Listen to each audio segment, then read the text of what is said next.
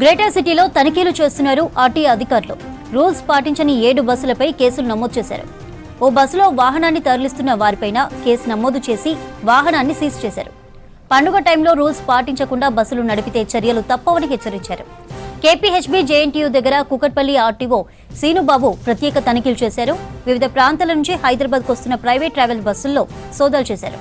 నిబంధనలు పట్టించుకోకుండా ప్రయాణికుల నుంచి అదనపు ఛార్జీలు వసూలు చేస్తే కఠిన చర్యలు తీసుకుంటామన్నారు అధికారులు.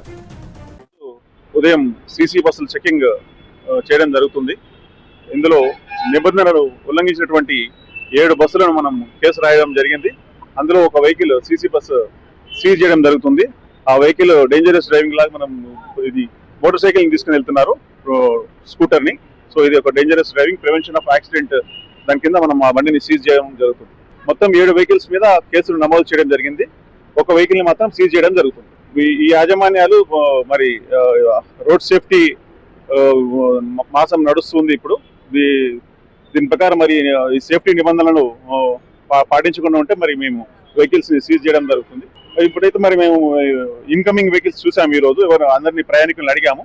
ఎటువంటి ఎక్స్ట్రా ఛార్జెస్ అయితే ఏం తీసుకున్న